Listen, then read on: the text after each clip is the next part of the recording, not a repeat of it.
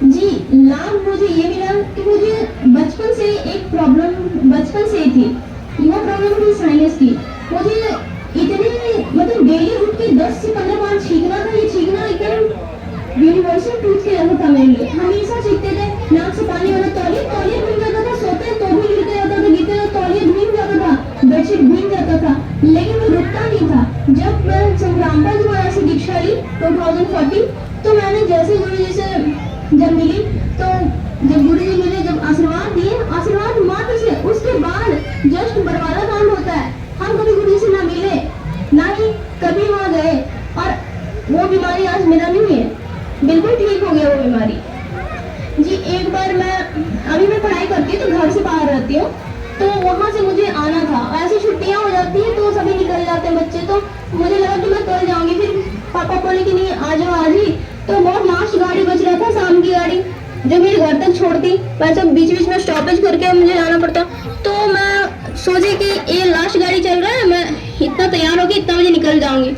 लेकिन हुआ ये कि मैं लेट हो गया 2 या 3 मिनट के लिए, तो गाड़ी खुल चुकी थी। वो गाड़ी खुल चुकी, मैं बहुत पछताई कि ये क्या हुआ, फिर से मुझे गाड़ी चेंज करके जाना पड़ेगा, बहुत दूर घर था।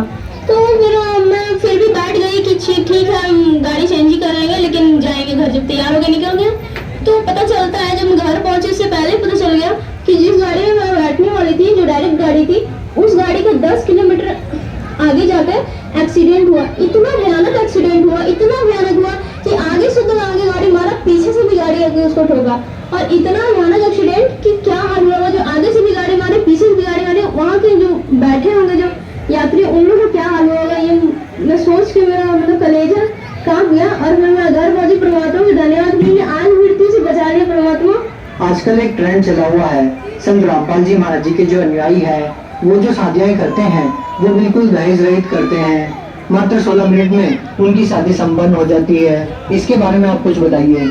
जी, ये परमात्मा हम लोग के पर उपकार किए हैं, और हमारे मतलब जो फैमिली है उन लोग के ऊपर भी, क्योंकि ये जो लड़कियों को अभिशाप मान लेते हैं कि वो मतलब दहेज के कारण, उनकी तिलक के कारण ही उनको मतलब मारा जाता है, गर्भ में ही मार दिया जाता है उनके पहले ही, क्योंकि समाज में ये कुरीति फैल चुकी है। और इस कुरीति को गुरु जी निभा रहे हैं। हमारे दहेज दिया मतलब अनेकों हो रहे हैं, हजारों हजार लाखों लाख शादियां दहेज रहित करवाकर परमात्मा हम लोग के तो उपकार किए मतलब संग्रामपाल जी हम लोग को उपकार किए कि फैमिली जो जब पिता को जिसकी 4 संतानें हो जाती है, उसको मतलब कि उसका लिए मरण हो जाता है वो चीज कि कैसे दहेज इकट्ठा करे और कैसे मतलब तिलक दे और बेटी बिना करे, उसके बाद भी खुशी नहीं। आज लाखों ऐसे प्रमाण है, आज पेपर में यहाँ छप जाता है, वहाँ न्यूज पे आते हैं कि बेटियां यहाँ मर गई, वहाँ जल गई, कहीं सुरक्षित नहीं है। इतना दहेज देने के बाद भी संत रामपाल जी महाराज के वचन से यहाँ शादियां हो रही है दहेज रहित। जो आज जो अभी समाज हमारा देख रहा है, उनमें एक अच्छा मतलब लेसन मिल रहा है कि क्या मतलब जो ये हवा फैल चुका है ना कि हमें दहेज देना ही है, मेरा बेटा न्यू बन गया, हमको इतना लेना है, इतना लेना है, ये सोच मिट गया है लगभग। और क्या संदेश देना चाहेंगे आप संत रामपाल जी महाराज के बारे में?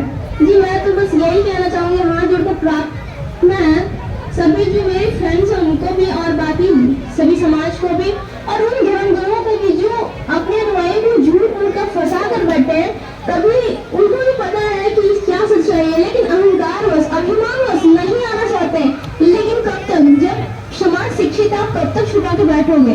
आप कब तक उन लोगों को गुमराह करते रहोगे? एक दिन तो आना पड़ेगा, जब वहाँ से लाभ नहीं होगा, इंसान वहाँ से दौड़ेगा कहीं, वो तो कहीं और पर जाएगा। अच्छा, एक बात बताइए, जिनको आप नकली धर्मगुरु कह रहे हैं, उन संतों का ये तर्क है कि संत रामपाल जी महाराज जी शिक्षित नहीं हैं, उनको शास्त्रों का ज्ञान हो सकता है। आप एक पढ़े लिखे स्टूडेंट हैं, तो आपसे ये जानना चाहेंगे कि जो संत रामपाल जी महाराज जी आप लोगों को पढ़ा रहे हैं, आप क्रॉस चेक भी करते होंगे, संत रामपाल जी महाराज जी सही हैं या अन्य जो धर्मगुरु हैं वो अपनी जगह सही तर्क दे रहे हैं? सही और गलत का तो यही मतलब हम कह सकते हैं, निष्कर्ष तो यही से निकलता है कि जो ग्रंथों के और मतलब जो ग्रंथ से खोल कर बताएं, जो उससे निष्कर्ष निकाले, और जो अपना लौकिक ज्ञान जो लोक वेद है उससे देकर ये सोचते हैं कि हम ज्ञानी है।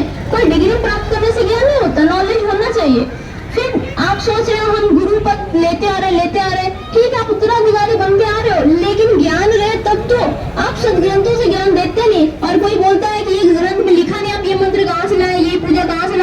कोई जवाब नहीं, बोले चलता आ रहा है। ये कोई निष्कर्ष नहीं, ये सॉल्यूशन नहीं है। आप ग्रंथों से बताइए, ग्रंथ में कहाँ लिखा है ये मंत्र, कहाँ लिखी है ये विधि, कहाँ लिखा है पूजा। आप इसको भगवान मान रहे हो, कहाँ लिखा है ये भगवान, है ही नहीं, वेद बताता ही नहीं है, फिर आप कहाँ से ले आए? तो संत रामपाल जी महाराज जी सही है।